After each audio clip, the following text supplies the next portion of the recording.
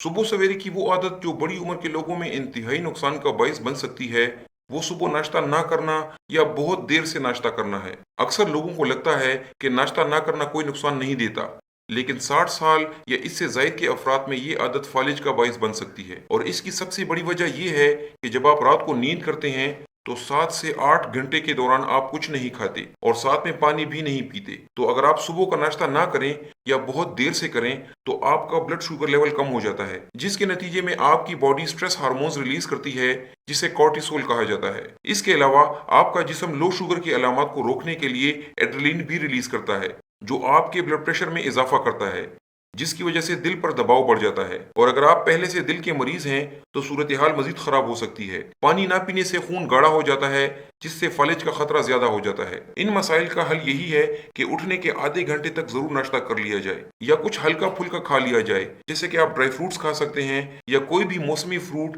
जैसे आड़ू, आम या केला खा सकते हैं।